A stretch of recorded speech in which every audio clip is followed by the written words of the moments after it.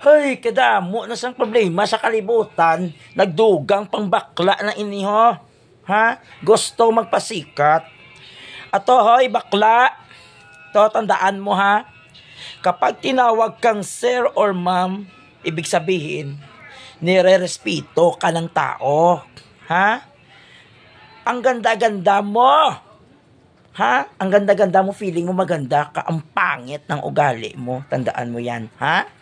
2 oras pinatayo mo yung service crew. Tandaan mo. Ha? Dahil sa feeling mo maganda ka.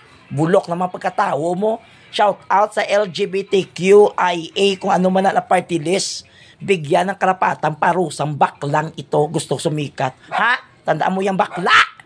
Bakla din ako pero may respeto ako sa kapwa ko. Chinde. Hoy, kadamo na sang problema sa kalibutan. Nagdugang pangbakla na iniho. Ha? Gusto magpasikat. Ato, hoy, bakla. To, tandaan mo ha. Kapag tinawag kang sir or ma'am, ibig sabihin, nire-respeto ka ng tao. Ha? Ang ganda-ganda mo. Ha? Ang ganda-ganda mo, feeling mo maganda ka. Ang pangit ng ugali mo. Tandaan mo yan. Ha?